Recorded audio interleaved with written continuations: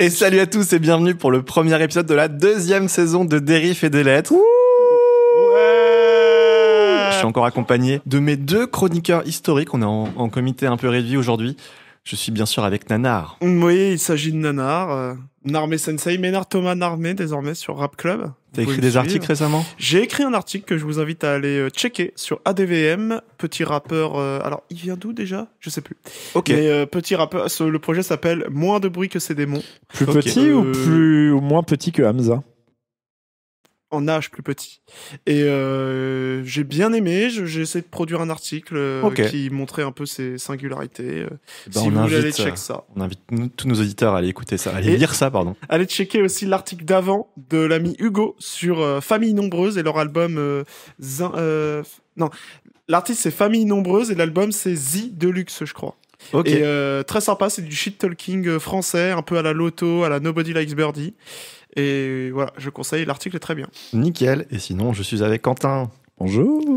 Ça va bien ? Ah bah, ça fait plaisir de reprendre une saison 2, là, du 9. Après tous ces festivals, j'ai encore mal à la tête. Je m'en remets encore. Je commence à être vieux. Ouais. Mais là, de reprendre une année sérieuse avec des sujets sérieux. Ouais, on va repartir sur une formule un peu plus classique. Je vous explique tout ça après le générique.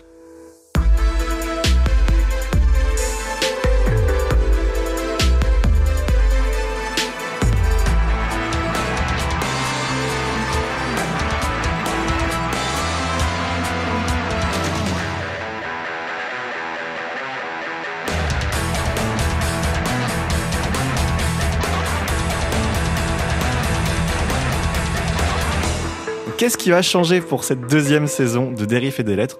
Eh ben, on a écouté vos retours et un des principaux retours, c'était que c'était un peu trop long et qu'on parlait de trop de sujets différents par épisode. Donc, ce qu'on va changer, c'est qu'on va plus se focus sur des albums ou des artistes pendant un peu plus longtemps et un peu passer à la trappe les actus ou en parler un peu moins longtemps. Parce que c'est vrai qu'on faisait pas trop la différence entre... des fois, on pouvait parler d'un single pendant un quart d'heure, puis d'un album pendant 5 minutes. Enfin, ça n'avait pas trop de sens. Du coup, on va essayer de cadrer tout ça et de faire des épisodes un peu moins longs et avec peut-être une cadence de sortie un peu plus régulière. Mais du coup, vous n'aurez plus d'excuses pour écouter nos recommandations. Parce que là, vraiment, ce sera sérieux, en fait, les gars. Ouais. Genre, si on vous parle d'un truc, c'est pas pour rien, en fait. Enfin, vous avez plus d'excuses pour ne pas écouter les recommandations. Donc vous allez devoir écouter nos recommandations. Oui, t'as capté. Sinon, en plus, vous allez avoir encore moins d'excuses parce que ce que je vais faire pour cette saison, c'est que je vais mettre les timecodes dans la description. S'il y a des Quoi sujets en particulier qui vous intéressent, vous Putain. pourrez directement aller les trouver. Je Si dis vous ça, je skippez vais le peut-être oublier métal, de le faire. mais Faut si aller vous stream là. Hein. Si vous skippez le métal, je vous détruis, en fait. Là, faut aller stream. Oh, voilà, donc voilà, s'il y a un sujet qui vous intéresse, regardez le timecode. Et ça permettra de revenir sur les épisodes après si vous n'avez pas tout écouté d'un coup. Et merci de partager à votre famille, Ouais, partagez, voilà. à votre famille pour l'instant. Sur les réseaux sociaux aussi, ça change pas. Pareil, dans la description, il y a tous les réseaux. Il y a la playlist, voilà. Donc sinon, ce qui va changer, ce qui va pas changer en tout cas, c'est notre bonne humeur, c'est notre humour, c'est non. nos chroniqueurs de Toujours talent. Nanar qui prend toutes les blagues qu'on fait premier degré et n'avoir aucune répartie. Au jeu de la... Ça va, non? Voilà, merci de montrer. J'ai vraiment pas ta répartie. Bon, d'accord. Du coup, sinon, pour cet épisode, on va commencer par des petites reviews de concerts. Donc, on aura le concert de Ça Temples ne part pas. et le Grunt Festival, donc où Narmé et notre 7e ou 8e chroniqueur sont allés. Et ensuite, on reviendra Chroniqueur mystère. sur l'album phare de la rentrée rap avec l'attaque des clones de Frisk Orleans, bien sûr. Ça veut pas dire Adekari? Ça veut pas dire Adekari, non. Polémique. C'est pas mal. Pas mal. Polémique. Et je J'ai la parle pas ref. du son avec Central C. Et on reviendra aussi sur un album de black metal mélodique, si je dis pas n'importe quoi, Eh oui. de Uada. Donc ça, professeur Quentin vous expliquera. Je vais vais ça vous vient, enseigner toute la science du black metal. Ok, parfait. Et du coup, on va commencer par ton concert, le concert de Temples que tu as été voir il y a je quelques vais jours. revenir rapidement parce que Temples, je ne sais pas si vous vous rappelez, l'année dernière, on vous avait parlé de l'excellent dernier album. Ouais. Et donc, quand mon daron, que je salue, a vu Bisous. une Salut. date à Angers, ben, on a sauté dessus, 20 balles pour aller voir ça, dans la légendaire salle du Shabada à Angers, ben, on a foncé. Donc déjà, un mot sur la salle où j'étais jamais allé, vraiment très très sympa. Salle pas très grande, je pense que ça peut accueillir genre peut-être 500 personnes debout. Donc vraiment à taille humaine, avec un bar, avec des bons choix, des prix pas trop chers. On sent que le lieu a une âme. Le camping est comment? C'est vraiment sympa. J'ai dormi sur le parking, c'était pas ouf. Non, mais vraiment, oui, salle vraiment chouette. Donc, je vais revenir très rapidement sur la première partie. COS, un groupe de rock psyché parisien qui était très sympa avec des sons vraiment variés. Ça jouait super bien, donc varié parce que des fois ça pouvait être très brutiste, très expérimental avec des longues plages instrumentales, et des fois ça pouvait être vraiment du rock psyché tout mignon. Comme on peut en retrouver chez Temples, en moins pop quand même, en plus on va dire indé, voilà. Donc vraiment sympa, si vous aimez le genre, allez-y, et vraiment ils sont tout mignons sur scène, ça joue super bien, très plaisant. Et ils avaient déjà un très bon son.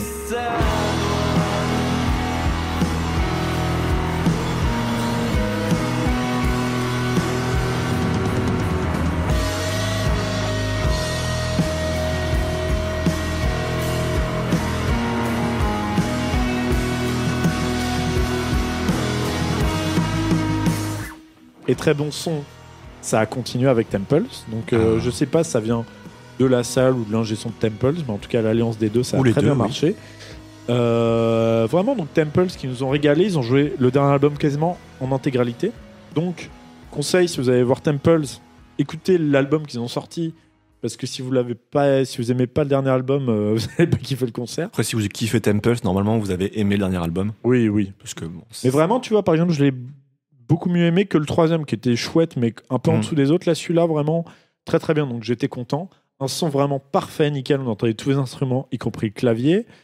Musicalement, ça joue hyper bien. Et puis le son concert, vous savez, avec la batterie et la basse plus en avance, ça permet de mettre en avant un groove différent des morceaux. Et là, on entendait très très bien les lignes de basse. Bon, j'étais devant l'ampli aussi, mais c'est là on se rend compte que la section rythmique du groupe est hyper solide, quoi. C'est vraiment c'est un métronome le truc, et ça groove hyper bien, c'est trop bien. À préciser aussi qu'on était très près des artistes parce qu'il n'y a pas de séparation, il n'y a pas de barrière entre la fosse et la scène, et ça c'est vraiment plaisant. Donc, quand le guitariste vient jouer devant toi, tu as vraiment le manche devant toi, quoi. Donc ça c'est vraiment chouette. Le chant était nickel, vraiment, il a vraiment une belle voix, et j'ai déjà vu des lives retransmis télévisés où je trouvais la voix un peu en retrait, donc ça m'a fait un peu peur, et là non, nickel, vraiment nuancé, très juste, donc vraiment aucun problème. Après, le concert dure 1h20, donc c'était peut-être un peu court, c'est passé très vite parce qu'il y a tellement que des tubes. Il manquait notamment certains tubes comme Mystery of Pop ou Open Air de l'album que j'apprécie particulièrement, le deuxième album, donc j'ai oublié le nom. Mais bref, le deuxième album de Temples, avec la clé qui rentre elle-même, qui est elle-même une serrure. Très belle pochette, très bel album, je vous conseille. Mais en tout cas, concert passé très rapidement, extrêmement plaisant, son parfait. Groupe un tout petit peu timide au début, notamment le frontman, mais dans la communication avec le public, c'est pas les plus gros showman du monde. Ils sont un peu introvertis, mais vu que la salle était petite, ça créait un effet un peu cosy. On se sentait. J'avais l'impression que le groupe jouait dans mon salon, il faisait des petites blagues. Oui, vraiment. Donc vraiment, ouais, je suis reparti vraiment de très bonne humeur. Vraiment très très cool. Donc très bonne salle, très bon son, très bon groupe, très bonne première partie. Ah, trop bien. Soirée merveilleuse, ma foi. Donc allez voir Temples en concert si vous avez l'occasion, ça vaut largement le coup. Ouais, j'adorerais avoir l'occasion. Bon, là, ça tombait mal. Ah bah t'avais qu'à venir. Angers un dimanche soir. En plus, il y avait l'Open de tennis de Rennes, donc je pouvais pas rater ça. Mais ça me donne envie. C'est vrai que oui, c'était le flop. Ça m'a donné bien envie. En tout cas, je suis heureux que t'en reparles parce que ça permet de mettre un petit extrait de Temples dans l'épisode, et ça fait toujours plaisir.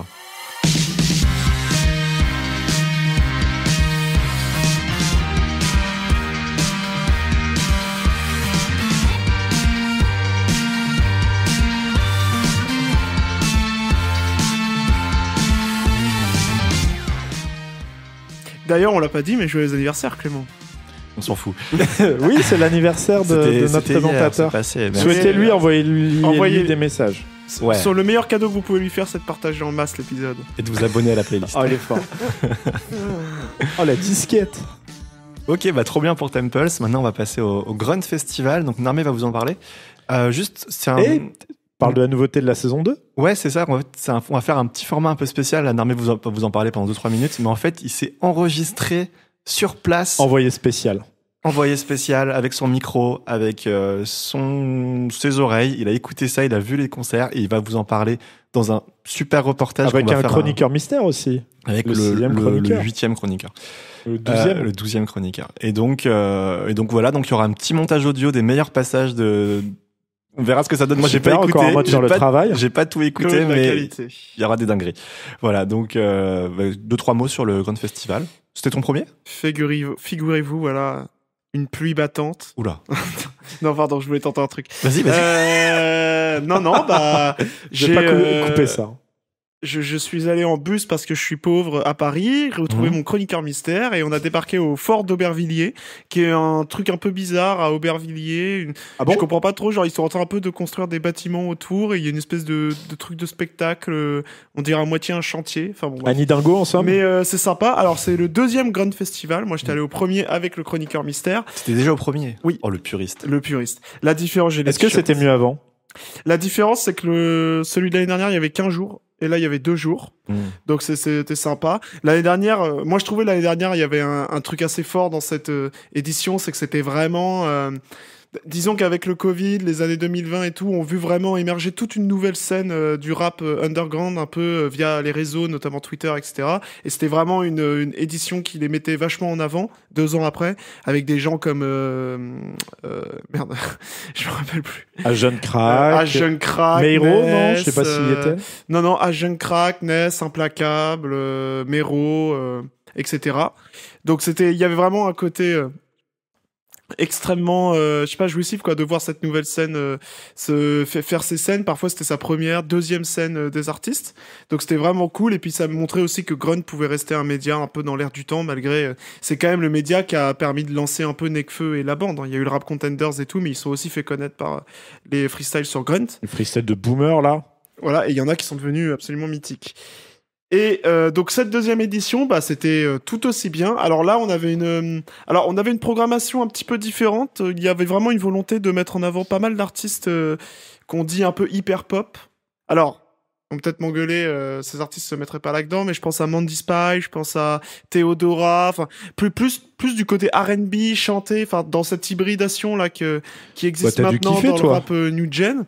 Et ben honnêtement, c'est pas la scène que je préférais. En tout cas, les artistes qui y étaient, c'était pas ceux que je préférais. Ils étaient surtout sous le chapiteau, qui était du coup là, c'était un peu plus séparé quoi. Il y avait pas mal sous le chapiteau, c'était pas mal cette scène un peu électronique, R&B, etc. Il y avait 2 et sur scènes, la donc main scène, Ok. ouais, il y a toujours un chapiteau et une grande scène centrale.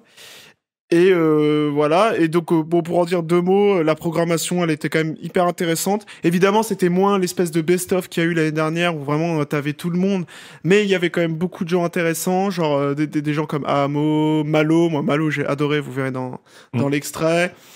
Et ce que j'ai beaucoup aimé aussi, c'est que par rapport à l'édition d'avant, c'est que là, sur les 2 jours, on avait vraiment à la fois une mise en avant des nouveaux et une mise en avant aussi des artistes que Grunt suit depuis longtemps et qui sont vraiment des rappeurs qui sont peut-être pas aussi connus que d'autres qui ont pu péter, comme La Fève, comme Nekfeu, comme tout ça, mais qui là ont été mis en avant. Et du coup on a eu un samedi hyper rap avec des gens comme Infinite, comme Prince Wally, Jeune Mort qui est un nouveau, mais en fait il rappe depuis quand même pas mal d'années, Lesram, et j'en oublie d'ailleurs, et j'en oublie d'autres. Voilà, maintenant ça devient un peu un vrai festival un peu pointu, j'ai l'impression, Oui. pour les vrais entre guillemets amateurs de rap, et ça change des festivals de rap qui montrent un peu tout le temps les mêmes noms.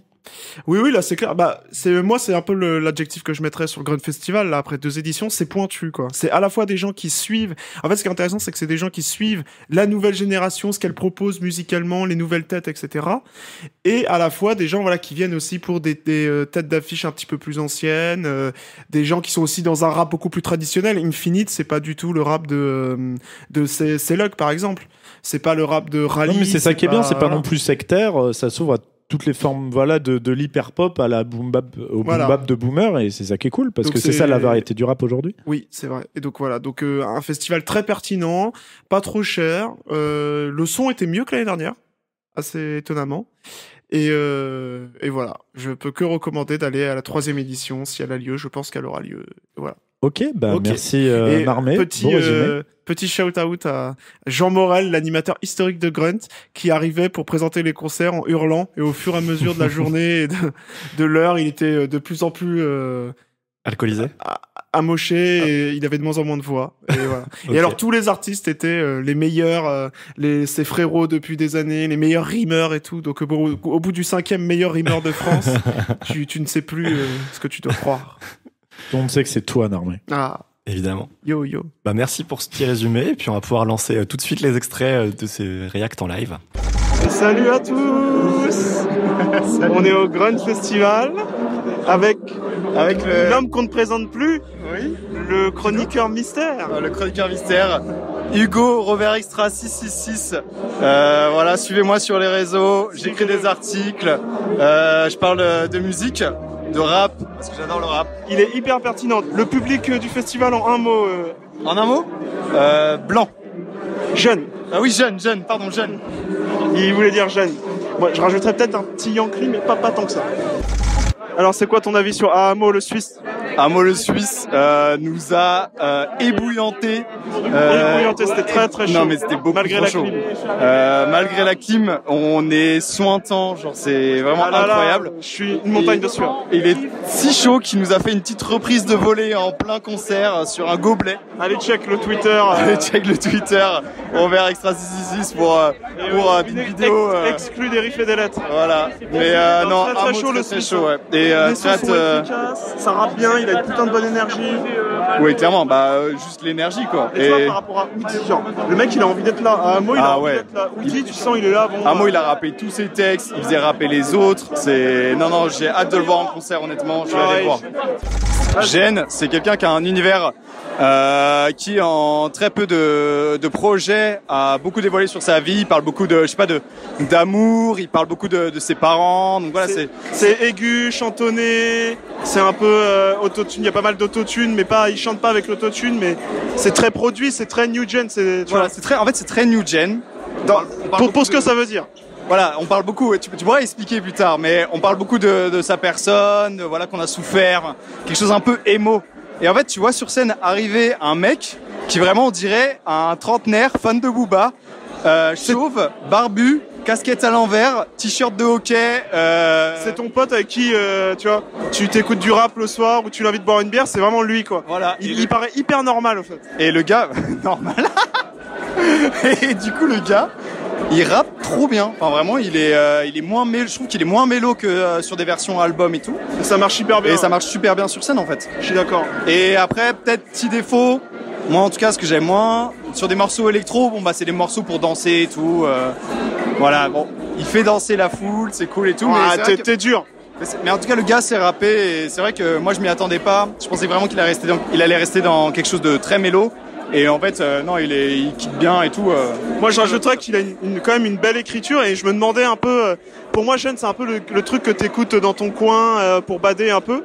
Mais c'est vrai que ces morceaux énergiques sur scène, ils rendent hyper bien. Et franchement, il y a du potentiel, Et on voulait dire que le Grunge Festival a amélioré son son. Franchement, c'est pas mal. Hein. Ah oui, c'est vrai. Merci, on entend enfin le texte des rappeurs. Merci, Monsieur Morel. Infinite. Qu'est-ce qu'on vient de voir, mon nanar, là? Un découpeur. Ça découpe comme chez le boucher. Les contours étaient parfaits. Le t-shirt est blanc, la casquette est rouge, unie. Ah là, non, et le micro est dans la main. incroyable. Pas de backing track. Et tout est maîtrisé. Et moi, j'ai redécouvert son programme. Ah ouais? J'ai redécouvert sa disco là. Ah là là. J'ai envie de tout me réécouter. Quelle discographie, hein. Et vraiment, il ne s'arrête jamais. Hein. C'est incroyable. Album qui arrive là, apparemment. Ouais. On a hâte de voir ça. Extrêmement sale. Monseigneur Hugo. Monsieur le Prince Nanar. C'est qu'on vient de voir? Prince Wally. Prince Wally. C'est du charisme, le gars il arrive, il a une veste en cuir, lunettes de soleil, casquette, t-shirt blanc, il regarde tout le monde, il a une voix grave et tout, enfin Ça a commencé sur quoi il impose sur Walligator. Sur Walligator, quel morceau. Et du coup c'est la bagarre directement. Ouais. Mais Wally c'est aussi du miel.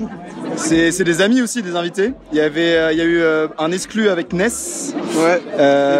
Une exclu avec Ness et c'était pas une exclu avec Do, mais c'était juste Do. et ouais, un morceau avec Do. Donc non, bon, c'est pas avec lui. Hein. Ah, c'était pas avec lui. Il est pas dedans. Ah oui, non, d'accord. OK. Bah c'était un peu le bordel d'ailleurs. Ouais, Genre on a rien compris. Donc voilà. Mais ouais, un peu court, mais je m'en bats les couilles parce que je vais le voir à l'Olympia. Donc. Quelle chance. 75e session. Alors ton avis? Franchement, trop cool, très intime. Concert, déjà le gars il découpe, genre vraiment il rappe très très bien, il connaît ses morceaux par cœur, il est vraiment. Il a la même voix, genre il y a studio ou en vrai voix, c'est la même voix. Et mais très intime parce que tout tourne autour de un peu de sa dépression, tentative de suicide, donc pas très fun, mais ça se voit, le gars il le dit, hein, il est ultra timide et ça se voit il était très touché par le public. Ouais, c'était touchant. Ouais, c'était très touchant, très touchant. Quand on dit le rap est une thérapie, je pense pour lui, c'est vrai. Pour le coup, ouais, ça se voit qu'il prenait sa dose de bonheur là. Et en plus, il nous a lâché non pas une, non pas deux, mais 3 exclus. Et ça fait plaisir, ouais. Carrément. Alors Hugo, cette pizza franchement, masterclass la pizza. Pas mal la pizza, devant Yanis. Je vais être rapide puisqu'on a mangé la pizza honnêtement. Grosse énergie, le mec il a vraiment essayé de faire du sale d'un point de vue ambiance et tout, mais après moi Yanis, j'avoue, pour moi c'est du rap un peu produit, où je préfère bien entendre la prod et tout. Et donc là c'était que l'aspect énergique et juste avant il y avait une finite que je trouvais plus efficace dans le style. Et la pizza Rennes, vraiment je conseille, elle est vraiment très bonne. Je sais tout ce que j'ai à dire. Sénard et Célug. Bon alors, mon nanar. Putain, franchement c'est pas des gens que j'écoute de ouf, tu vois. Moi non plus, pas du tout. Mais j'aimais bien, je mettais le son, mais là putain ils ont retourné ça. Moi honnêtement je m'attendais à rien et je suis pas déçu du tout. En fait je pense que, honnêtement je pense pas que je vais les écouter même en album parce que vraiment j'ai pas réussi. Mais sur scène, ouais, ils sont chauds. C'est monstrueux. Le gamin, non mais attends, c'est vraiment un gamin. Le gars, franchement tu le vois arriver, imberbe, petite coupe avec la raie au milieu. Enfin vraiment c'est mon petit cousin qui fait du skate quoi. Le gars il rappe franchement il rappe trop bien. Ce petit happening grunt au début c'était assez stylé aussi. Ouais, ils ont installé une table et puis ils ont fait, pour ceux qui connaissent, une sorte de session un peu live grunt, improvisée. Mais franchement trop stylé. L'ambiance incroyable, ça a levé les mains et tout. C'était, je sais pas, les gens étaient ultra réceptifs. Ils ont retourné le Grunt Festival, on peut le dire. Alors on sort de Théodora. Est-ce que t'as retrouvé le sourire? Oui. Après, en fait, pour expliquer, on était à Oudi d'abord. Et au bout de 3 morceaux, on s'est dit 3 morceaux que j'apprécie, mais Oudi n'était pas trop dans le mood de chanter quoi. Ouais, en fait, il back bien ses morceaux, mais sinon il a beaucoup de potes. Voilà, il a beaucoup de potes, il back bien ses morceaux. C'est quelqu'un de sociable. Mais si vous cherchez un rappeur, peut-être plus un ambianceur quoi. C'est un ambianceur. Voilà. Donc on est rentré dans le chapiteau voir Théodora. Comment tu définirais sa musique? Aigu. Un peu trop aigu. Mais c'est très hyper pop. Ouais, hyper pop, t'as de la two-step, t'as de la jersey, t'as de l'électro, et puis rapper. Ça chante plus que ça ne rappe. Oui, c'est ça. Et puis c'est très aigu quoi. Et non mais en fait c'est juste faut se dire que ça, franchement au bout d'un moment ça me cassait les oreilles quoi. Ouais. Honnêtement alors que j'aime. C'est pas elle. Hein. Oui c'est pas elle, j'aime bien Théodora mais c'est juste que là vraiment. Là, c'était un peu dur au bout d'un moment quoi. L'autotune plus sa voix, c'était genre vraiment ça a cassé les oreilles quoi. Je leur conseille de mettre un petit Fab Filter en dynamique, peut-être autour des 3 kHz, 3, 4, même plus haut. Hein. Yo.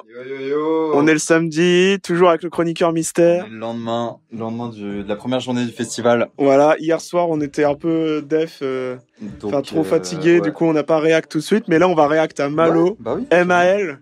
Alors ton avis? Incroyable, franchement, très meilleur bien. Concert je pense du festival pour l'instant. C'était incroyable, c'est-à-dire que le gars il est arrivé. Beaucoup de charisme. Énormément de charisme, tout le monde a transpiré. Tellement son charisme était bouillant. On était trempé. Et le gars arrive donc il y a une chaise sur scène, micro sur pied. Mode crooner quoi. En mode crooner ouais. Et le gars il a commencé à rapper, à mettre l'ambiance. Forcément il s'est levé. Bah oui. Et là tout le monde levait les mains, tout le monde les mains en l'air, la tête qui bouge et tout. Un vrai concert de rap comme on aime. Ouais. Et franchement, ça se défend en plus en live. Il est très très fort, ouais. Il a autant de charisme dans sa voix que dans son album, que dans son concert en fait. Tu sens qu'il rappe avec le trip un peu, tu vois, ce qu'il a à dire et tout. Ouais. Ça a été. Qu'est-ce que c'est bien écrit toujours. Petite apparition surprise de Rally. De Rally aussi, ouais. Qui nous a fait charbon. Alors là. Ouais. Ça, quel là, banger. Quel banger. Incroyable. Rally, il a une petite main comme ça, mais il est énorme et il est musclé, il fait 2 mètres. Oui, je pensais pas. Ça a été Comme quoi, très hein. surpris. Oui. Très surpris. Comme Mais quoi. beaucoup de style, du rap qu'on aime, quoi. Enfin, en tout cas, que moi j'aime. Trop fort Malo. Ensuite. Et on a enchaîné, du coup, après avec 4 sons de Lala Ice. Et ouais, la surprise du festival. En fait, c'était Zamdan qui était prévu à la base. Il y a eu une annulation de dernière minute et on n'a pas été prévenu de qui allait la remplacer. Et c'est en arrivant sur le festival qu'on a vu son nom, Lala Ice. Lala Ace. Lala Ace. Alors Et là, on était aux anges. et là, quel plaisir quand même. Que 4 sons, hein. C'était Mais vraiment oui, c'était- expéditif. Ah hein. ouais, elle était là pour dépanner, quoi. C'est Lala Ace, quoi. Du style. Là, en plus, je trouvais que c'était bien maîtrisé pour un rap comme ça, un peu... attendez, le chroniqueur, il bouge sur Minecraft, là. Il se fait attaquer par des zombies. Attaqué par des dragons. Du coup, merci beaucoup Nanar et le chroniqueur mystère pour ce super report. J'en doute pas, c'était génial. C'était très bien. Donc on va pouvoir passer à l'album du coup, 6, phare de 7, cette rentrée. équipe. Yo, je vois la prod comme un anus l'attaque artificiel. des Claudes de... L'attaque des Clodos. J'aime bien quand mon argent double, je me méfie des espions et des agents doubles. Je veux entendre la machine compter le cash en boucle. Je réfléchis comme si j'avais mon argent double. On passe au-dessus. En tout cas, c'est ADC, c'est sorti le 11 septembre 2023. Pas ouf le nom. je 3 trouve. ans précisément après son premier album, La Menace Fantôme. Star Wars, non, toujours pas. Ah, je l'ai, c'est bon. Je me demande comment le prochain va s'appeler. Ah, on va se taper 9 albums. Dont... Oh. Ah, peut-être 12 ans. Plus les Oh. spin-offs. Ouais, Ah, non, ouais. on souffle. Ah, j'ai hâte de l'album solo Yoda. Star Wars Story. L'album Obi-Wan. Oh non, on va s'en Incroyable. passer. Voilà. Non, mais comment tu l'as attaqué ce nouvel album quand t'as vu qu'il est sorti? Tu t'attendais à quoi? Est-ce que t'as été Oh. Oh, des petites Agréablement revanches. surpris. C'est ça aussi les nouveautés de la saison. Alors, moi, Free, je le découvre avec Projet Bluebeam en 2018. Évidemment. Vraiment. Bah pareil parce que tu m'en avais parlé.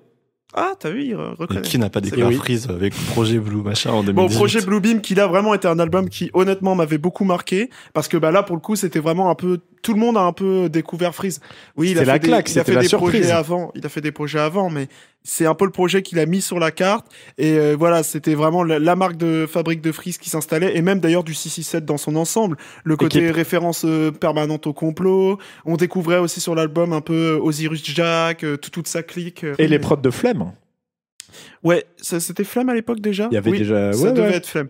Donc Je voilà. sais pas surtout, mais Le 667 arrive, et puis c'était un peu, à l'époque pour moi c'était un peu le rap underground de l'époque, tu vois. Là maintenant on pourrait dire que c'est H. Crack, Rally, Rally il est plus tant underground que ça, mais Malo, H. Crack, tu vois, des gens un peu comme ça, Celug, c'est un peu le rap underground de maintenant. Et à l'époque je pense c'était plutôt le 667 et cette vague là de rap un peu SoundCloud. Et du coup bah Projet Bluebeam ça nous a vraiment mis une claque, marqué. Et quand tu réécoutes l'album, enfin il est toujours aussi bien. Flow hyper nonchalant, ambiance ténébreuse, complot à tout va, etc. Bon, c'est les marques de fabrique, quoi. je suis comme Fredo dans la cuisine. Voilà, des putains de bangers comme ça. Et donc, c'est vrai que quand il annonce LMF, et c'est vraiment, on l'attend depuis longtemps, parce que La Menace Fantôme, il était teasé depuis hyper longtemps et tout. Et donc, j'avais une vraie attente. Et il sort LMF, et moi, personnellement, je suis pas du tout déçu. Bon, bah, il y a enfin, je veux dire, l'hymne. Bon, déjà, il sort Welcome to the Party, qui est exceptionnel, la reprise de Pop Smoke. Et ensuite, il sort Freezerael, et bon, là, on est tous conquis. Là, LMF sort, c'est très intéressant. Moi, je suis pas du tout enfin, je suis très content. Et c'est le moment Je où, suis très content. et c'est le moment où Freeze, il se mainstream, quoi. Déjà, Oui. il acquiert une grosse notoriété, il fit un peu avec tout le monde, etc. Et moi, à partir de ce moment-là, Ça y est. il me saoule. Bah oui. Parce il est qu'en fait, mainstream. juste, LMF, pour moi, il est au sommet. Et là, après, il devient, il est partout. Il frite, Il fit. il frise. Il bouffe des fit. frites avec tout le monde. Il bouffe des frites avec tout le monde. Et du coup, Tu et me le diras si t'es problème, d'accord, mais il devient un petit peu une caricature de lui-même. Il Dans devient- tous ses feats, c'est un peu tout le temps la même il chose. devient et- clairement une caricature de lui. Je suis entièrement d'accord avec tout ce que tu dis. J'ai j'aurais 2-3 remarques sur La Menace Fantôme, mais j'y viendrai quand ce sera mon tour. Oui. Mais on sinon, en je suis parlera. vraiment d'accord avec ce que tu dis sur le moment où il devient mainstream, où il commence à faire vraiment un feat par semaine, limite, avec tout le temps le même flow, toujours les mêmes phases paroles, et tout. exactement la oui. même chose. Genre, t'as l'impression qu'il a enregistré un couplet, il l'envoie Oui. à tout le monde.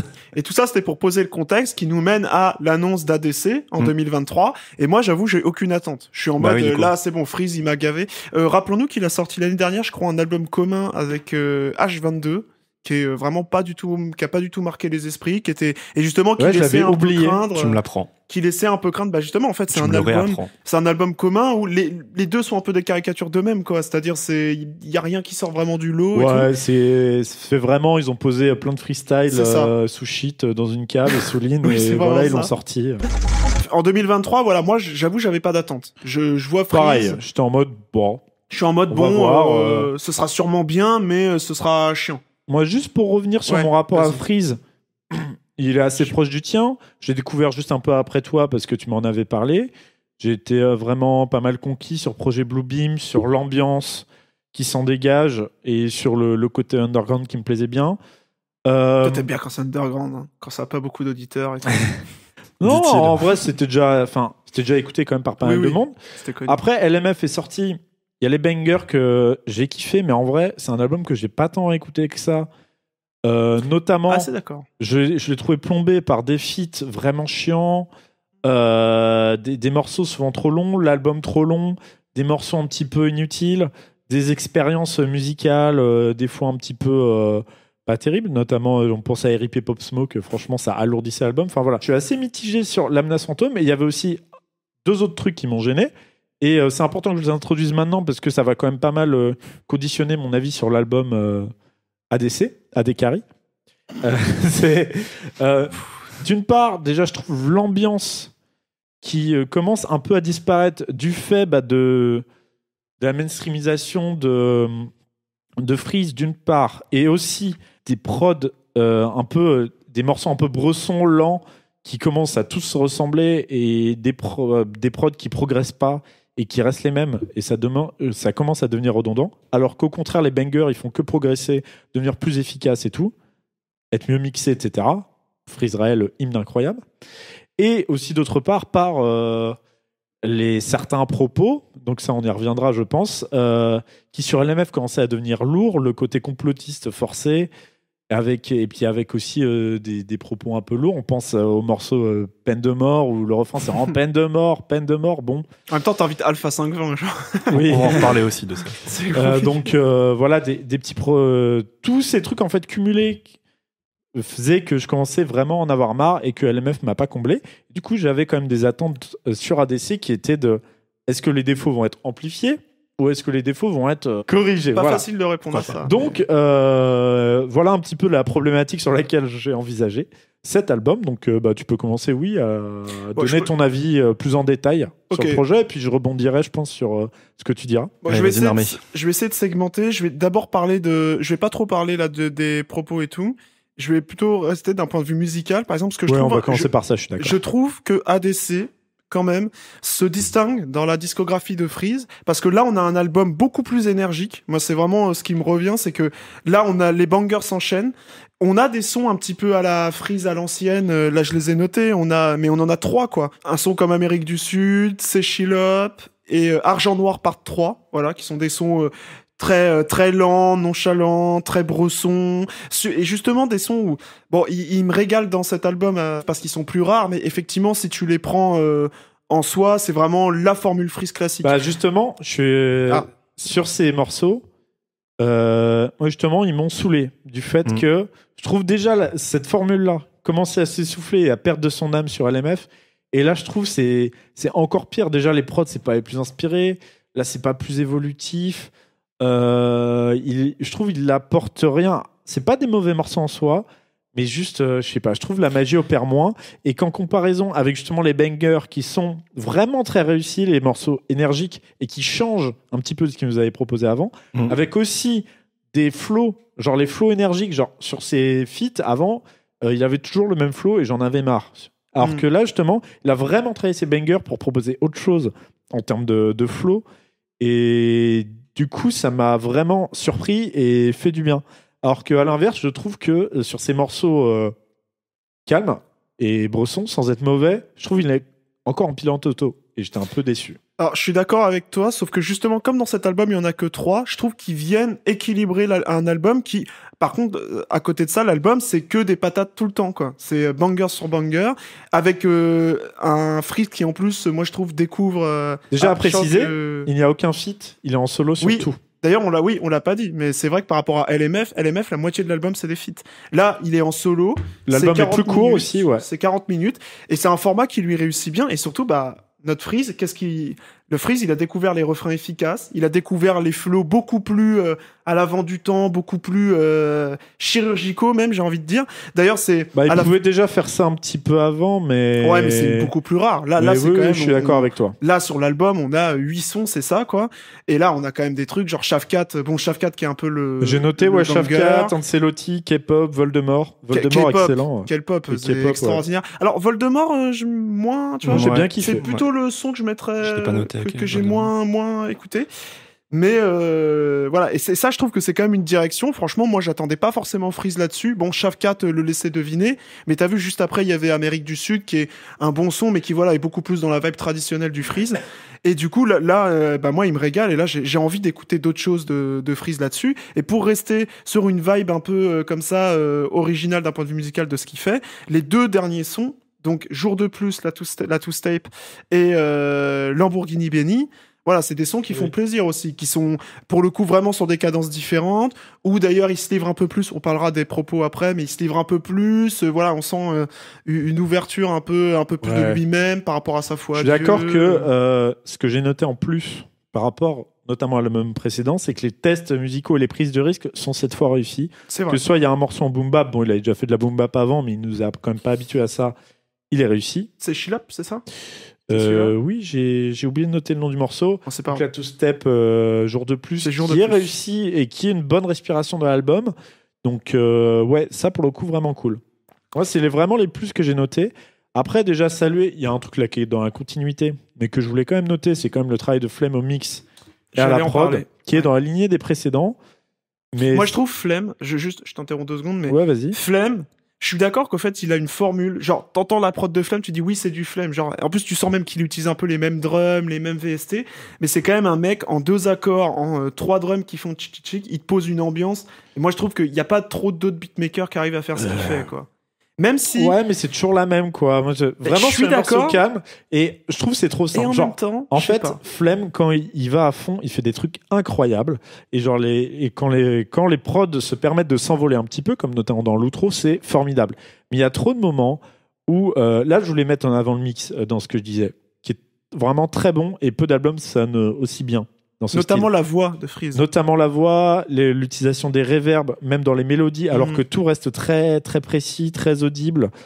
Une voix pas trop agressive bêtement, des basses qui arrivent à être très présentes et à être bien impactées sans tout écraser. Donc vraiment, techniquement, c'est admirable.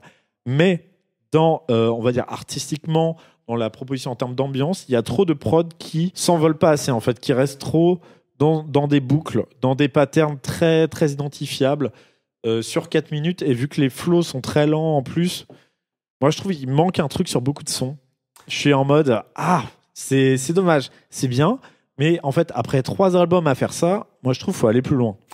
Ouais, alors en vrai, je comprends ce que tu dis. D'autant que quand il le fait, c'est incroyable. Après, moi, je trouve que Freeze, justement, il prend la place. C'est aussi des prods qui sont très simples. On sent que Freeze, lui, ce qu'il aime, c'est les prods très épurés, avec juste une ambiance, et il fait son bail dessus, et je trouve qu'il prend beaucoup de place, et du coup, ça m'a moins dérangé, même si je suis d'accord avec toi que vraiment, tu reprends LMF, t'écoutes ce qu'il faisait, t'écoutes là maintenant ADC, c'est des sons, ils sont interchangeables. Je veux dire, les prods, tu pourrais les mettre sur LMF, tu vois. Oui, de ouf. Et je suis d'accord que ça, c'est un reproche qu'on peut faire et qui...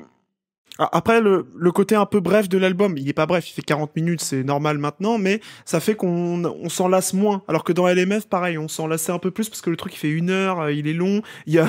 tous les feats un peu bizarres qui arrivent et qui sont pas tous ça va, genre en vrai rien n'est horrible hein. Je suis exigeant parce que c'est le 3e album d'un rappeur hyper installé, hyper hype, sur lequel on attend beaucoup et qui a quand même apporté une patte assez unique. Donc moi j'attends qu'il la pousse le plus loin possible. Et là en vrai, hormis les changements de flow qui sont bienvenus, il n'y a pas grand chose et 1 ou 2 morceaux un peu différent, il n'y a pas grand chose de nouveau à l'horizon, quoi. Mais ça reste très cool. Si vous aimez Freeze, vous allez vous régaler. Franchement, il n'y a aucun problème là-dessus. Dans les moins, je voulais noter un truc qui est anecdotique, mais qui m'a un peu dérangé. C'est les adlibs, qui sont déjà très audibles. GG le mix, encore une fois. Mais le problème, c'est Trop que audible du coup. oui, il dit un peu. En fait, c'est des adlibs vraiment rythmiques qui sont censés relancer, mais des fois, il dit trop de la merde et vu que c'est trop audible, ça me sort du truc. Par exemple, il y a une phrase où il dit je vois la prod comme un agneau sacrificiel, et le mec il répète agneau avec un ton assez neutre, et il y a plein de phases comme ça où il dit un mot vraiment ultra neutre. Genre, c'est pas un truc où il fait biatch, let's go, pétasse. Non, il dit un mot genre chaise, table. C'est vrai. Et genre cacahuète. C'est vraiment ça. Du coup, ça fait vraiment sortir, ça rend le truc un peu goofy, alors que le projet est hyper bresson et hyper sérieux. En fait, genre sur un album, un truc de rap un peu plus rigolo, avec des blagues et tout, mais il n'y a aucune blague dans le projet, donc va pas faire des adlibs comme ça. Il est sérieux ? Ça me sort du truc. Moi, je dirais pas que c'est un projet 100% sérieux. Enfin... Il y a Attends, quand même tu te marres en écoutant ça ? Non, mais il y a un peu, tu sens qu'il y a un peu d'ironie, il ironise aussi avec ses auditeurs, avec ses détracteurs et tout, tu vois. Je pense. Mais d'ailleurs, faut qu'on en parle. Mais je voulais passer. C'est très grave. Là, on parlait d'aspect musical et on peut peut-être passer sur. Oui, là, je pense qu'on a fait le tour. Qu'est-ce qu'il raconte ? Moi, je voulais juste finir, mais c'est en lien, ça fait la transition. Parfait. C'est aussi sur les flows et la manière qu'il a de poser Freeze. C'est avec cet album où je me suis rendu compte aussi de ce que j'aimais, parce que honnêtement, il raconte rien, quoi. Je veux dire, il y a même pas de punchline hyper marquante. Il y en a quelques-unes, mais. C'est plus parce que, genre, quand il dit Darmanin sale violeur, voilà, c'est marquant. Mais il n'y a pas de phase extrêmement marquante. Mais par contre, il y a vraiment un côté dans ce projet, ça découpe, mais ça tombe toujours pile comme il faut. Tu sens que c'est étudié. Les allitérations, elles sont parfaites, elles sont là où tu les veux. C'est hyper agréable à écouter. Et quand les refrains arrivent, les refrains, ils font jamais forcer. Genre tout s'enchaîne de manière hyper fluide. Et les morceaux, du coup, ça rentre dans le côté efficace. C'est que le morceau, tu l'as fini, t'as envie de le relancer. Enfin, mais c'est clairement, pour résumer musicalement, c'est un album de trap hyper efficace, rempli de bangers. Et c'est ce que tu cherches, c'est très bien. D'ailleurs, c'est pour ça que je trouve que c'est pour ça que je critique pas, par exemple, le caractère simpliste des morceaux très énervés, avec des fois 3-4 fois le refrain et tout. Mais je trouve que c'est pas un défaut, parce que c'est hyper assumé et c'est hyper efficace. C'est juste que quand c'est des morceaux plus bressons, plus calmes, je suis plus exigeant parce que je m'attends à une vraie ambiance. Ce côté d'ailleurs, ce côté flow millimétré, je trouve, il s'entend vachement bien dans Bill Clinton, par exemple. Vraiment, le flow, je trouve que il a un truc où t'as l'impression que c'est facile pour lui, et quand t'essayes de le refaire, tu te rends compte à quel point le mec s'est étudié, quoi.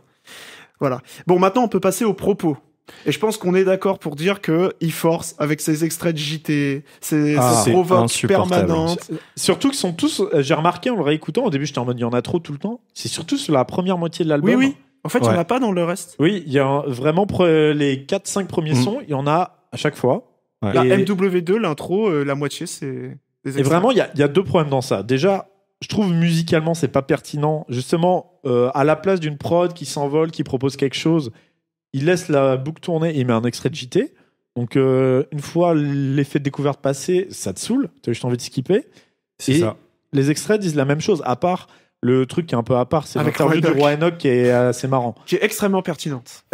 Mais du coup, le problème, c'est qu'à la première écoute, ok, ça peut être sympa, t'écoutes. Et puis après, la deuxième ou troisième fois que t'écoutes, t'as pas envie d'entendre Roselyne Bachelot ou Hanouna. Oui, mais en plus, je trouve qu'il y a un côté, c'est pas fin musicalement. Non. C'est pas fin dans ce que ça dit, parce que je trouve que ça fait vraiment rager en mode arrête ça m'est rageux. Je suis provocateur. C'est vraiment. Et ça fait trou du cul. Oui. Et en plus, quand au-delà, certes, dans ces extraits, il y a toujours le côté boomer, bourgeois, journaliste insupportable. Et certaines critiques formulées sont pas non plus infondées. Mais oui, il y en a qui sont pertinentes, au fait. Donc, et il le sait. Et c'est même pas comme si il y répondait directement. Genre, en vrai, il dit la même chose qu'il disait dans l'album précédent. Le même côté, les punchlines limite antisémites, les trucs où il se compare à des nazis. On peut le dire. Non, mais les punchlines limite, virgule, antisémites. Ah oui, d'accord. Mais moi, je trouve que les trucs, c'est tous des reptiliens, les trucs, faut tuer les pédos, voilà. Genre, c'est les seuls trucs où il est provocateur. Le côté pédophile. Et c'est nul, je suis désolé, c'est pas provoque, ça, c'est bête. C'est-à-dire que quand on a une, ça va, mais là, il y a que ça. Genre, pédophile, je pense que c'est le mot qui revient le plus dans l'album. Non, mais en plus, ça fait 3 albums qui nous fait ça, et c'est de plus en plus frontal et neuneux et bête. Genre, c'est même pas... Il va dire oui, il y a, faut il y a tuer les quelques pédos, morceaux, quoi. il y a quelques morceaux, il le fait pas et enfin genre jour de plus par exemple et ça passe très bien quoi. Il est Lamborghini pas, Benny, ouais, il est pas obligé de le crois pas. faire quoi. Ouais. Et ça, il ira du succès sans partir là-dedans. Et- Bah, ça, on pourra en discuter. ouais, mais peut-être qu'il a quand même un public je voulais dire quand même un attaché truc. à ça, mais Je voulais dire deux choses par rapport à ça. Moi, déjà, je trouve que dans l'album, et c'est terrible de dire ça, il y a un moment où il répond. La seule réponse qu'il donne un petit peu à ses arguments, c'est l'interview du roi Enoch. Tu vois. Et en fait, Oui. c'est juste, c'est le seul moment dans le son, parce qu'il y a aucune punchline où il va dire un truc en mode je préfère être accusé d'antisémitisme que de viol, tu vois. Voilà. Il y a ça, et il y a l'interview du roi Oui, Enoch. d'accord. Et moi, il y a un truc où j'écoute l'interview, l'extrait du roi Enoch. Qu'est-ce que j'en comprends? Alors, pour remettre pour les auditeurs qui n'ont pas écouté encore, c'est le roi Enoch qui dit, globalement, le gars lui dit oui, vous dites que vous êtes nazi, enfin vous évoquez l'Allemagne d'Hitler, machin. Et le roi Enoch il dit oui, alors moi, SO Tel Aviv, j'ai des potes israéliens, mais je suis plutôt intéressé par les techniques de guerre, ça m'intéresse l'Allemagne, Tel Aviv, machin. J'aime bien l'histoire, quoi. Voilà. C'est bon. Ça fait vraiment les métalleux, on y Oui, reviendra oui. peut-être après, qui font non mais la croix gammée sur mon dos, non mais moi j'aime bien les symboles ésotériques en fait. Les symboles C'est un symbole nordiques. indien. Non mais Frère. Et moi, pour moi, c'est la seule réponse, et c'est ça qui est dramatique, c'est qu'au fait, moi, je trouve que dans cet album, il y a un côté insupportable qui est Freeze. Il réfléchit pas. Bon, déjà, on pourrait dire, ça fait 5 ans, Freeze, tu racontes la même chose. Il y a un moment, raconte autre chose. Là, c'est bon, tu as bientôt 30 ans, en plus, je crois. Peut-être dis autre chose que juste, il y a que des pédophiles partout. Et puis, dans cet album, il a un problème, ça commence à être de la paranoïa, quoi. Je veux dire, Joe Biden, c'est un pédophile. Pierre Palmade, c'est un pédophile. Enfin, il y a un... D'ailleurs, bon, j'évoque Pierre Palmade, mais moi, je trouve que là, il franchit aussi un peu des limites où il y a un côté quand même très... je sais pas, je trouve qu'il fait beaucoup plus de name dropping. Et là, tu vois, par exemple, quand il name drop Pierre Palmade, en prenant limite... Enfin, moi, je trouve ça très facile déjà. Déjà, c'est facile, et en plus, je trouve ça limite dans le sens où on sait très bien que Pierre Palmade, le côté pédophile, c'est faux, c'est avéré que c'est faux. Et lui, là, il va le réaffirmer. Et je sais pas, je trouve qu'il y a un côté un peu dérangeant à ça, et qui insiste sur le fait que Freeze, c'est pas juste de la provoque, c'est à mon avis quelque chose qui en lui vraiment. Je sais pas. Ça il a un suit problème là avec pour ça, Pierre Palmade, c'est un poncif de les homosexuels Oui, en sont plus. pédophiles. Mais je pense qu'en fait, Freeze, il réfléchit même pas, il voit même pas ça, quoi. Il se rend pas compte peut-être, ou alors il se rend compte et c'est encore plus grave. Mais je pense qu'il se rend même pas compte. Juste pour lui, il est tellement dans son délire que tout le monde est pédophile, tous les chefs de clan, enfin n'importe qui est pas d'ultra droite est pédophile, que il se rend même pas compte qu'en fait que en faisant des morceaux comme ça, c'est grave quoi ce qu'il avance, parce que il a quand même une horde de fans qui sont ils ont pas 30 ans ces fans, je pense, tu vois. C'est beaucoup des jeunes et tout, et qui pensent vraiment que Freeze, il est en train de dévoiler des vérités et tout, parce qu'il parle du complot, parce qu'il parle de trucs cachés, parce qu'il ose dire des trucs que personne n'ose dire, machin. Mais c'est ridicule. Et d'ailleurs, je voulais réagir à ça, mais bon, j'ai écrit un peu là-dessus, mais en fait, en réécoutant, je me disais, mais Freeze, il y a beaucoup de gens, par exemple, qui l'écoutent et bon, qui sont en mode, ouais, le délire complot, c'est marrant, etc. Il y a des gens qui mettent ça vraiment de côté en mode, oui, d'accord, il est dans ses délires, nan. Moi, je pense qu'il y a pas mal de jeunes, quand même, tu vois, 17, 18, tu vois très bien les gens qui ont des suites 667, etc., qui l'écoutent, et je pense, il y a une partie de ce qu'il dit qui prennent au premier degré. Alors, il a pas à être le gardien de son fils, comme disait Salif, petit ref. Mais il a pas à être le gardien de son frère et tout. Pardon, c'est pas Salif, c'est Few. Donc, je refais. Il a pas à être le gardien de son frère comme c'est Few, c'est pas ce que je dis. Parle bien dans le micro, s'il te plaît. Il a pas à être le gardien de son frère comme c'est Few, c'est pas ce que je dis. Mais il a quand même une grosse influence sur plein de gens comme ça. Et là, je trouve que dans cet album, encore dans LMF, c'était très cryptique, c'est des délires de loup-garou, etc. Ou Bilderberg, tu fais oui, bon, d'accord. C'était plus une esthétique très globale et plus abstraite. Oui, aussi. là, c'est pas subtil. Hein, et là, c'est pas subtil. Et c'est aussi de ça que je trouve que les morceaux un peu atmosphériques perdent de leur ambiance, parce que au lieu de dire les dirigeants sont tous des loups-garous qui nous gouvernent dans l'ombre, un truc un peu ésotérique, rigolo. Subtil, non, il va dire. Il va dire Clinton est un pédophile, oui. Oui, puis il faut le tuer avec des techniques qui viennent d'Allemagne. D'ailleurs, ce côté-là, il est renforcé aussi par les extraits de Hanouna, de l'autre, la Rosine Bachelot, etc. Genre, mais moi, je trouve que, en fait, l'imaginaire transmis est d'une part faible et d'autre part problématique. Enfin, facile, faible et problématique. Je suis d'accord avec toi.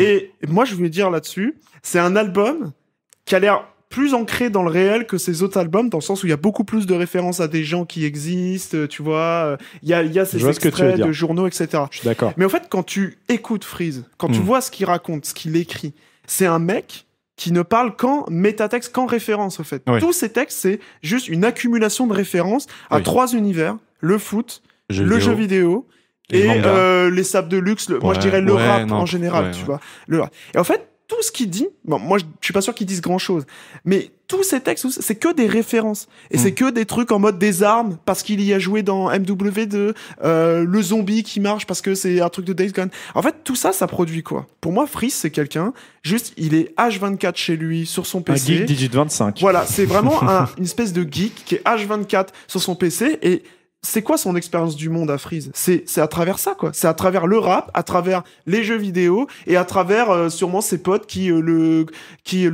gardent dans son délire de complotisme, etc. Il va sur YouTube, je suis sûr c'est le mec qui regarde tous les docus les plus chelous, etc. Et en fait, le truc, c'est ça que moi je trouve bizarre, c'est que ADC, c'est un album qui a l'air d'être plus ancré dans le réel, où il répond, enfin, il rigole un peu des polémiques qui l'affectent, etc., sans jamais les prendre en compte, sans jamais essayer d'y répondre. Mais à la fois, quand t'écoutes ADC, quand tu vraiment essayes de prendre en compte ce qu'il raconte et tout, tu vois que ça n'a jamais été aussi déconnecté du réel, quoi. Que c'est vraiment le mec, plus il devient riche, plus il devient célèbre, et plus il s'éloigne, et plus il s'enferme dans ses délires.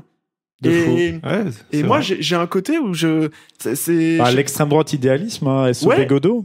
Pour moi, effectivement, je suis d'accord avec toi. Je pense que Freeze, il est réellement en train de basculer politiquement à l'extrême droite, dans cette extrême droite qu'on a appelée aussi alt-right aux États-Unis, tu vois, c'est avant tout ces gamers qui, au fait, sortent pas beaucoup, restent derrière leur PC. Ouais, puis se montrent le bourrichon entre eux, etc. Ça, et en fait, finissent par ne réfléchir que sur leur délire complotiste, etc. Mais c'est leur vision du monde, quoi. Ils essayent jamais de réfléchir, tu vois. Freeze, c'est quelqu'un qui, je pense, réfléchit jamais à ce qu'il raconte. Et pour lui, je sais pas s'il est nazi ou quoi, mais juste, il fait ses références au nazisme. Et il dit, non, mais les gens, ceux qui savent, tu vois. Ouais. Et juste, il remet pas en question. Et ça, c'est aussi aidé par des gens que je respecte, comme Alpha One, comme Kaba, Jean Jas, etc., qui sont aussi tous à prendre la défense de Freeze, qu'importe ce qu'il fasse, en disant ouais, c'est de la musique et puis c'est parce que c'est le rap que vous nous censurez. Mais non, Freeze, c'est chaud ce qu'il est en train de devenir, c'est chaud l'imaginaire qu'il transmet. Au-delà de l'antisémitisme avéré, c'est tout un package, quoi. C'est l'homophobie qui devient qui est même plus latente, qui est juste là. Oui. C'est la vision du monde qui est de plus en plus effectivement idéaliste et hyper violente et en mode. Maintenant, je veux dire, l'album, en vrai, c'est quand même, il y a pas un son sans qu'il appelle à tuer des gens. Et puis, tiens, d'ailleurs, on parlait de l'alt-right, mais aucune face sur Trump, aucune face sur républicains ou quoi. Toujours... C'est Joe Biden et Hunter Biden qui prennent. C'est, tu vois. Oui, et puis toujours à se comparer à des nazis, genre.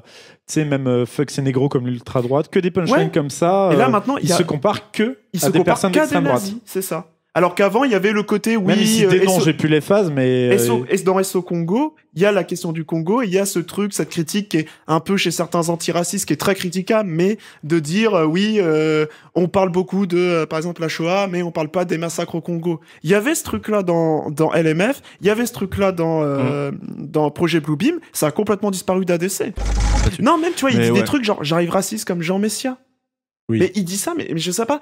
Frère, en plus, t'appelles ça être anti-système que de comparer à Jean Messia qui est chez Hanouna. Enfin, frère, tu vois, il dit pas. Tout en critiquant Hanouna. Enfin. Je sais pas, il dit pas j'arrive révolutionnaire comme Mélenchon. Tu vois, il pourrait pour dire des conneries. Il pourrait dire des trucs comme ça. Le point nanar zinzin soumis. Mais non, mais je sais pas, il pourrait dire des trucs en mode j'ai la cagoule dans la rue le soir, tu vois. Enfin. Ah oui, non, pas du tout. C'est pas du tout son imaginaire. Hein. C'est pas du tout son imaginaire. Et c'est ça qui est quand même inquiétant, quoi. L'analyse est bonne. Et en tout cas, je compte sur tous les auditeurs de Dérive et des Lettres pour faire péter l'épisode. Comme ça, on aura un extrait dans le prochain album de Narmé. Ah oui, grave. Ça serait trop incroyable. Ah ouais. Ça sera moi qui dis, il est clairement d'extrême droite et il va dire SO Marine, je vote pour toi. Ouais, en 2026, dans 3 ans. 2027, c'est Marine, Shooter, voilà ce qui conclut. Corleone, super vilain comme Kang. On fait du bif entre frères comme Tang. Blindage du village cuirassé comme Tank. Audi A7, lumière allemande comme Kant. Pense plus de kérosène que cette F16. J'envoie des flammes comme dans FF16. Négro, j'ai plus de force que 66. Attaque des clones, c'est l'ordre 66. J'prie Dieu pour qu'il écarte les traites. Plus de fois que si j'avais été élevé par des prêtres. Faut que ça pète tes scores, faut que ça casse la banque. Ils aimeraient bien m'envoyer à Azkaban. Shenzhen, négro, j'fais pas de TikTok. Ils devraient prendre... Avant de passer au deuxième album de la semaine, je veux juste vous proposer un petit quiz rapide, sans prétention, fait à l'arrache juste avant l'épisode. Tranquille, Donc, on est à la cool. portera- C'est toujours votre podcast à la cool, votre podcast canapé. Comme si vos potes Exactement. parlaient chez vous. Vous autour avez d'une des bière. chips, mangez-les. Podcast aussi conseillé pour les gueules de bois, apparemment. Oui, Apparemment, c'est pas mal, hein, écoutez C'est un peu vrai. de bois. Du coup, ça va être un mini quiz sur l'épisode. Donc, je vais vous donner 3 chiffres, 3 nombres, et vous allez essayer de trouver à quoi ça correspond. Bon, Ok. dans ma tête, ça peut avoir il peut y avoir plusieurs Oula. réponses, mais ok. je vais commencer par 667. 328 sur l'album. Qu'est-ce que ça peut être 328 Un truc autour de l'album. De 328. l'album ADC Oui, oui, de l'album ADC sur. 328. Le nombre de références à l'extrême droite. Non. Le chiffre 13 quand t'additionnes les chiffres, non? Non, c'est un mot qu'il a prononcé 328 fois. Pédophile? Non. Négro? Non, un truc Pétasse. sur lequel il est assez critiqué parce que pour des raisons de facilité, on peut dire Ah, que c'est son comme. style. Ouais, Comme. comme. Ok. 328 fois le mot comme. Ok.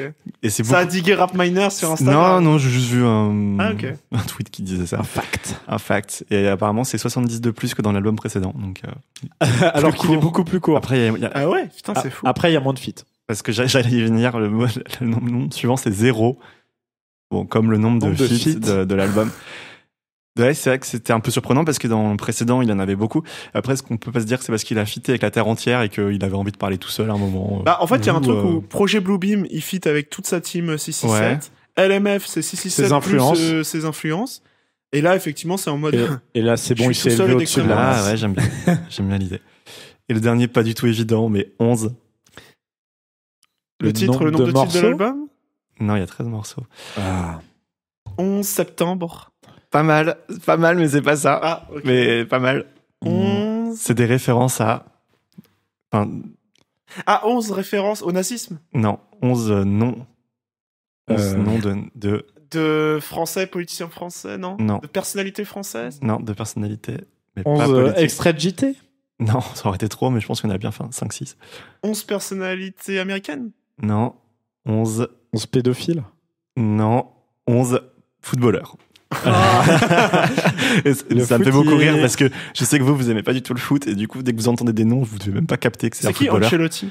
C'est l'entraîneur du Real Madrid. Ah, d'accord. Voilà. Mais toi, en fait, t'as une écoute complètement différente de Mais l'album. du oui, coup. bien sûr. Bah, moi, je me dis qu'il y a plein de rêves que vous avez pas, quoi. Ah, non. Les Mythoma, les Gvaradona. Ou après, les... dis juste, je suis Après- sur le terrain comme. Oui, ma frappe c'est ça, est c'est ça. forte comme. Mais voilà, ça me fait rire. Je je me dis que comprends, j'ai ok, ce petit ça. avantage sur vous Ah, quand j'écoute. ah, là et voilà, là, je ah me là flex. là, ah là Alors que là. je suis juste un footix, voilà, qui. Mais non, De toute façon, j'ai mal t'es un compté, mais j'ai vrai compté analyste de 11. foot. Et comme il y a 11 joueurs dans une équipe, je trouvais ça bien.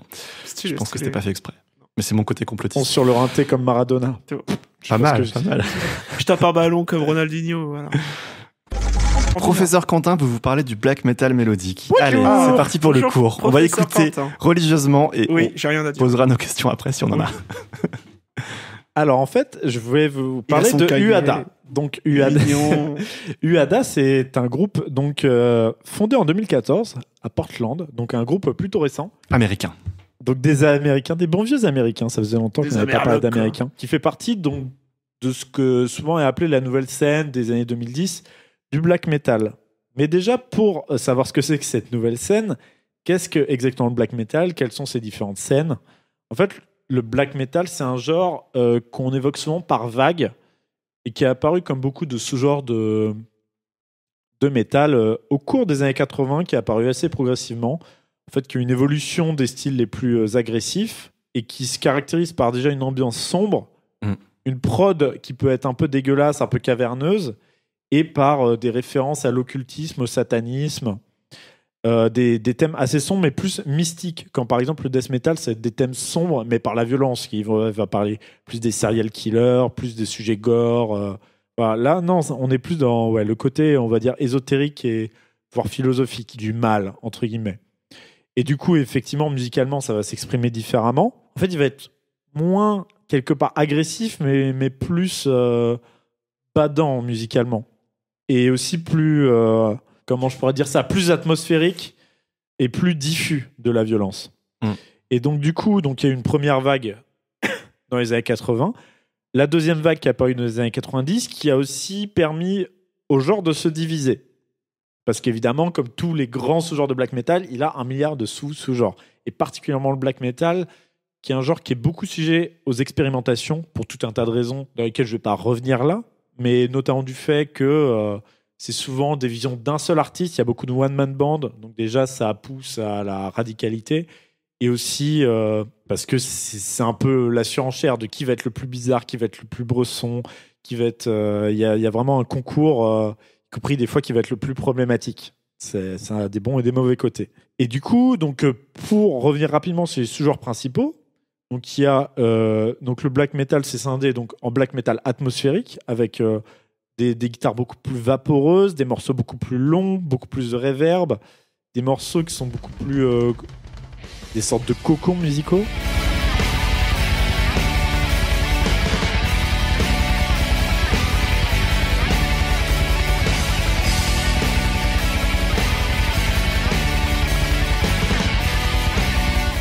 Avec, ensuite, il y a le black metal plus mélodique. Donc là, qui, comme son l'indique, ça va être beaucoup moins agressif, va avoir beaucoup plus de mélodie. Alors que le chant, oui, c'est un chant très saturé, très aigu en général. Un peu des cris de corbeau. Est-ce que tu as des exemples de groupes pour Oui, les peut-être. sous-catégories ? Oui, bien sûr. Oui, donc dans le black metal atmosphérique, qui est-ce que je pourrais citer ? C'est celui qu'on a vu au Hellfest, là, ASMR. C'est du death. Perdu.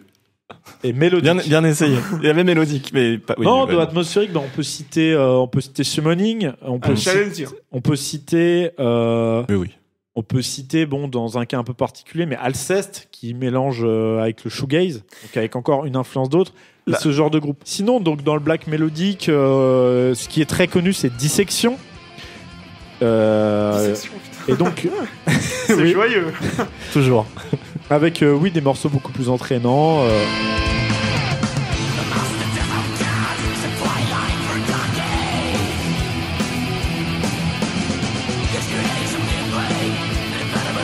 Ensuite, il y a donc le black metal tire beaucoup de ses inspirations de tout ce qui est culture, on va dire les cultures locales, et vu que ça vient beaucoup du nord, des cultures celtiques, etc. Donc il y a le pagan black metal, donc qui s'inspire beaucoup de ça. Quand on va encore plus loin, il y a ce qu'on appelle le folk black metal, qui là intègre des instruments folkloriques à tout ça. Et donc là, on peut parler de Vindir, par exemple.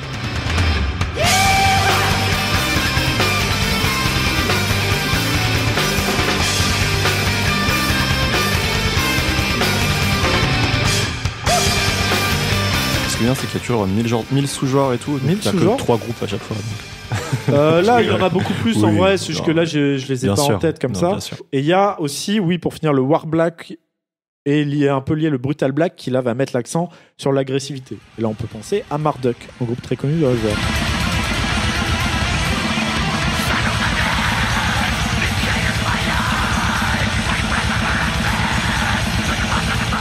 Et il y a aussi le symphonique avec Dimmu Borgir. Donc là, comme son l'indique, il y a des instruments symphoniques.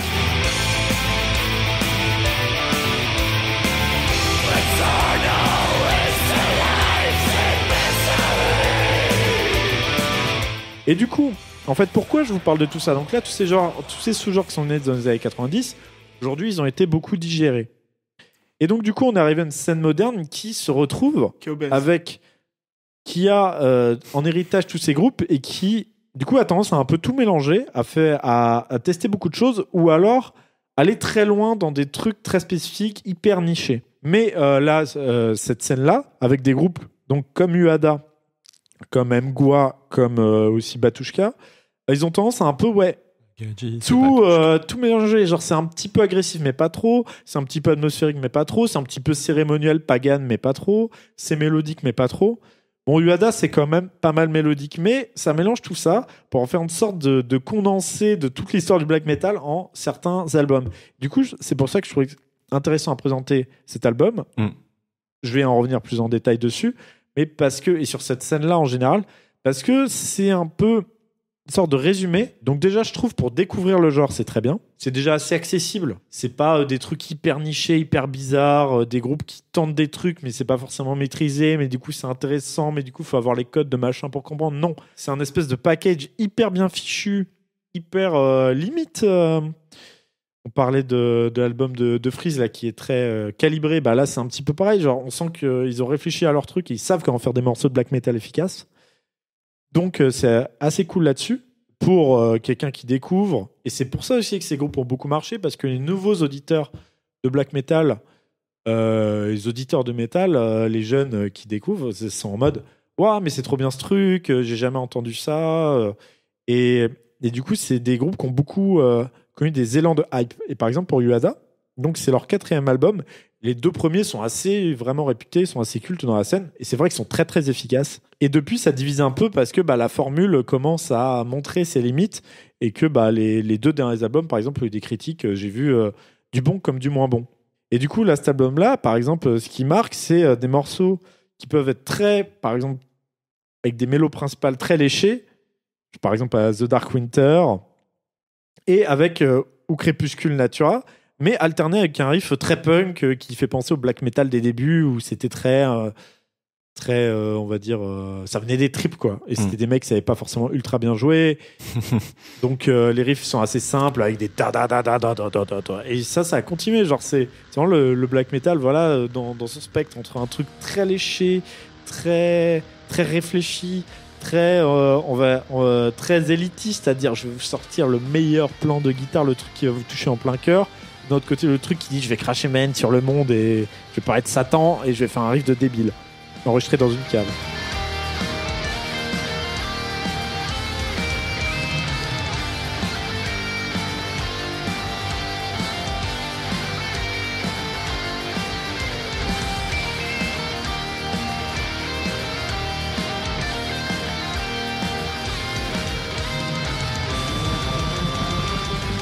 Pour en revenir sur l'album, effectivement, je comprends que vous n'ayez rien à dire parce que tout se ressemble un petit peu. Tout passe tout seul, tout est très efficace. Mais ouais, c'est dur d'en ressortir des morceaux. À part, oui, moi je pense à The Dark Winter parce que la mélodie m'a un peu plus marqué. Mais est-ce que c'est vraiment le meilleur morceau? Je sais pas. Donc, tous les morceaux veulent être des tubes, mais en même temps, à vouloir faire que des tubes, est-ce que on n'est pas un petit peu... Il n'y a que 5 morceaux dans l'album et oui. ils sont tous particulièrement longs, enfin assez longs. Surtout le dernier. Oui, mais tout en voulant être efficace, genre, on va pas y avoir de longueur, ça va être vraiment... on va sortir plein de riffs. Ouais. Ce que je veux dire, c'est qu'il n'y a pas un passage genre de 3 minutes avec des arpèges qui va essayer de développer une ambiance de fou, tu vois. Oui, c'est vrai. Comme peut y avoir dans beaucoup d'albums black metal, soit dit en passant. Et avec, il y a Retraversing the Void qui m'a marqué parce qu'à un moment, il y a un riff qui ressemble à... C'est plus heavy, ouais. Oui, il y a un riff limite heavy qui fait penser à Fear the Dark d'Iron Maiden. Et l'élément black, il vient en plus parce que va y avoir un enchevêtrement de mélodies un petit peu plus foufou qu'on retrouve plus dans le black metal.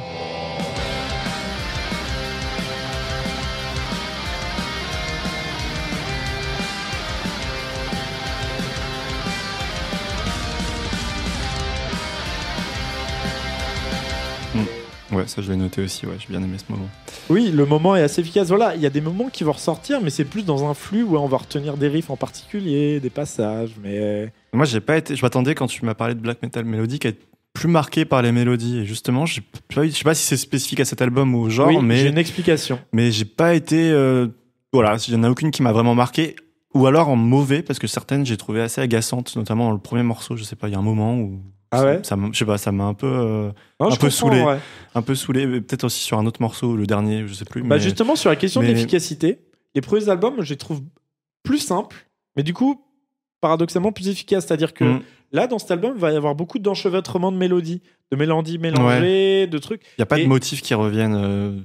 Ils peuvent revenir, mais vu qu'ils vont être mélangés à d'autres trucs, ils ont du mal à ressortir. C'est ça. Au fil des écoutes, ça vient quand même. Hein. Ouais, mais... j'ai écouté que 2 fois. Mais pas aussi bien qu'avant. Il y a un côté, ça veut faire des tubes, mais ça reste moins tubesque que notamment le premier album, qui est très court, mais avec que des bangers que je vous conseille, donc Devouring of Light.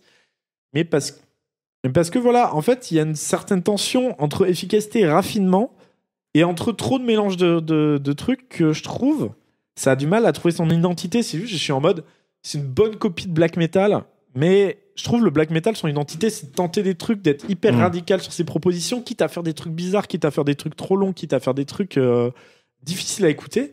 Et là, je suis en mode, non, genre tu veux être mélodique, mais tu mélanges trop de trucs, du coup ça ressort pas. Ouais. Des fois, tu essaies de faire un passage un peu cérémoniel, mais ça dure 3 secondes, du coup on passe à autre chose et direct qu'il y a une mélodie de Golemont. Enfin, du coup, moi je trouve voilà, c'est bien pour découvrir le genre, mais quand t'es un auditeur un petit peu et que t'as déjà écouté pas mal d'albums, je trouve on reste un petit peu sur sa fin, quoi. Après, je sais pas si t'as vu, mais le line-up a rien à voir avec les débuts. C'est un groupe qui a beaucoup bougé. Je crois que j'ai vu, il y a eu 11 membres différents. Et je suis même pas sûr qu'il y ait un seul membre d'origine. Peut-être que seulement le chanteur, je crois. Donc, ça explique peut-être la différence entre les premiers albums et les derniers. Mais, ça voilà. m'étonne pas en termes d'inspiration, parce que le style reste le même. Ouais. Mais ouais, je trouve que c'est moins tubesque, tout simplement. C'est un peu moins efficace. Ok. Ouais, tu m'as donné envie d'aller écouter le premier album. Ouais, les deux premiers. Ouais, les deux premiers, ouais. Ouais. Les 2 premiers sont les plus marquants. Là, ça reste un bon album. Franchement, oui, j'ai passé un bon moment. en vrai, je me le remettais ça s'écoute souvent. très bien. J'en ai parlé aussi parce que c'est l'actualité, que c'est un groupe quand même assez important dans la scène, que ça a été présenté rapidement, voilà, le black metal. C'est un bon album, voilà, pour vous tester, pour voir si vous pouvez apprécier, parce qu'il est assez accessible. Mais je voulais citer, à moins que tu aies des remarques, mon bon Armé, quelques albums un peu plus radicaux dans certains aspects qu'effleure cet album, mais qui ne le creusent pas, pour vous guider si vous avez aimé certains aspects de ce truc, pour aller plus loin dans chacun des sous-styles. Et aussi, ça me permet d'évoquer différents albums que j'ai écoutés ces derniers mois, ces dernières années, de la scène récente du black metal qui m'ont beaucoup marqué. Du coup, professeur Quentin, présentez-nous des groupes. Donc, dans l'aspect un petit peu black metal à ambiance un petit peu cosmique qui te transporte dans un autre monde. Donc, il y a d'abord un album qui m'a beaucoup touché cet été, c'est du groupe Limbiratus Stellarum. L'album est du même nom, qui est vraiment... T'as l'impression que les mecs sont allés... se sont enfermés dans un vaisseau, ont navigué pendant 1 milliard d'années-lumière et sont devenus complètement fous. Ils ont enregistré un truc en mode les étoiles me parlent. Et ça a donné ça. Et donc, c'est vraiment un truc, c'est très étrange avec des choix de synthé, mais complètement fou parce que là, les synthés ont une place extrêmement importante et avec des mélodies qui te touchent beaucoup plus parce qu'elles sont beaucoup plus rares. Il n'y a pas 36 mélodies par morceau, mais du coup, elles marquent beaucoup plus. Donc, un album d'une beauté incroyable que je vous conseille vraiment, absolument. Même Nanar, je pense que ça pourrait te plaire. Parce que là, pour le coup, il y a une ambiance qui te grabe, qui va au-delà du bombardement de mélodies du truc. Ok.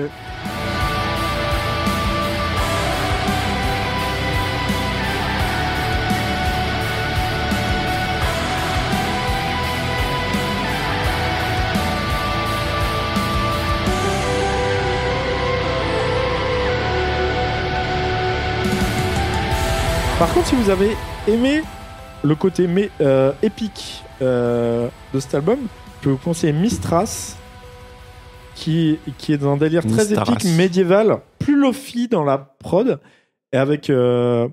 Donc là, je conseille des groupes, en général, tous les albums sont bons, mais notamment le dernier, il propose aussi des interludes médiévales qui permettent de respirer un petit peu entre toute l'intensité du black metal, car c'est quand même une musique très intense.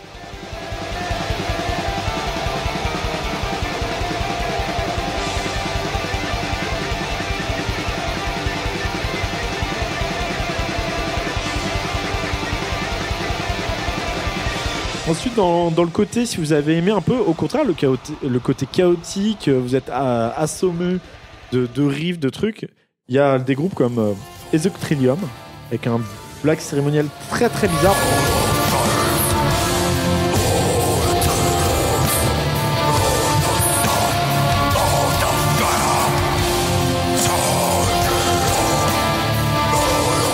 Ustalost, qui est épique, mais qui a l'air de venir d'un autre monde. Vraiment, ce Ustalost, je sais pas comment on peut composer une musique comme ça.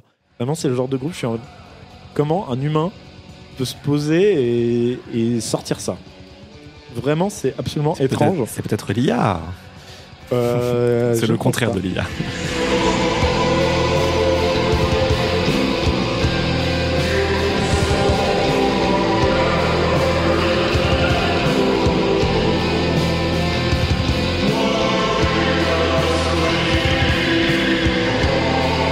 Et au contraire, si vous avez aimé le côté mélodique et que vous aimez ça, et le côté mélange des styles, écoutez Moonlight Sorcery.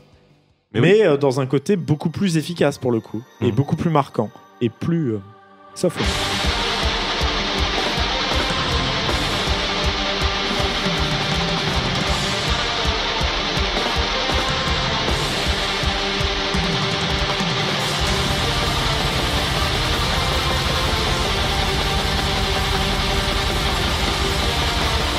Et donc voilà pour mes petites recommandations de trucs beaucoup plus marquants dans le genre.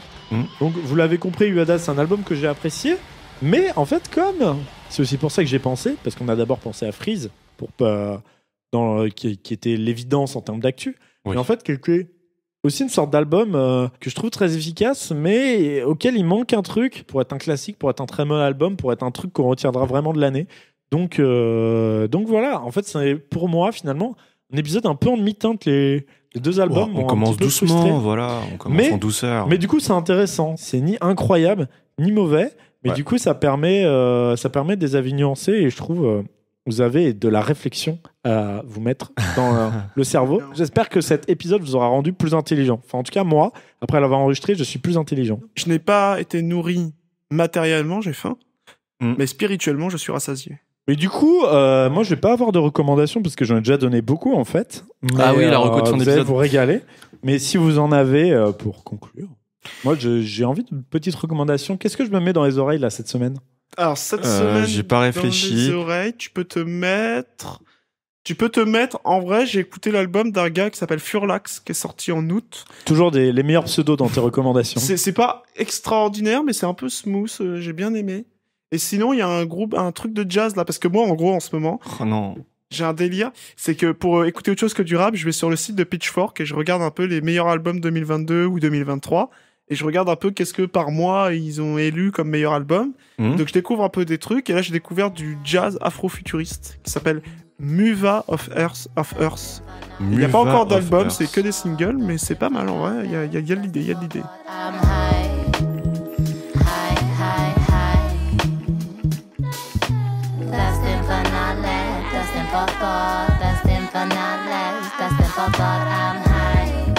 Okay. Bien, si vous voulez impressionner votre date Tinder, on va vous laisser là-dessus. Non, mais moi je peux faire une petite recommandation. Tu en as finalement, ça me fait plaisir.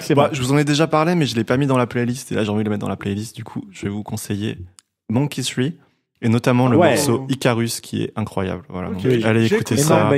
Allongez-vous, fermez les yeux et kiffez.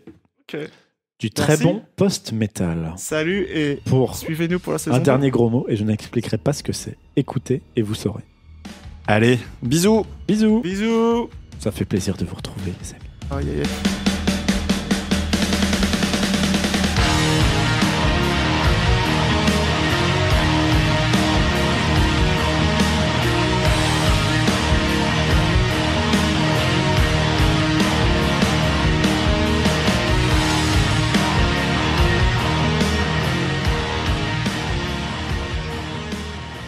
Et je voulais dire, est-ce que je peux rajouter, comme ça tu le mets dans, si tu veux le mettre ou pas. Tu peux le mettre en intro, par exemple, on peut faire genre que c'est l'intro et genre, tu sais, dans ADC, Freeze Corleone, à un moment, il dit, je vois la prod comme un agneau à sacrificiel. Et moi, j'entends toujours, je prends la prod comme un anus artificiel. Je pense que j'ai pas gardé.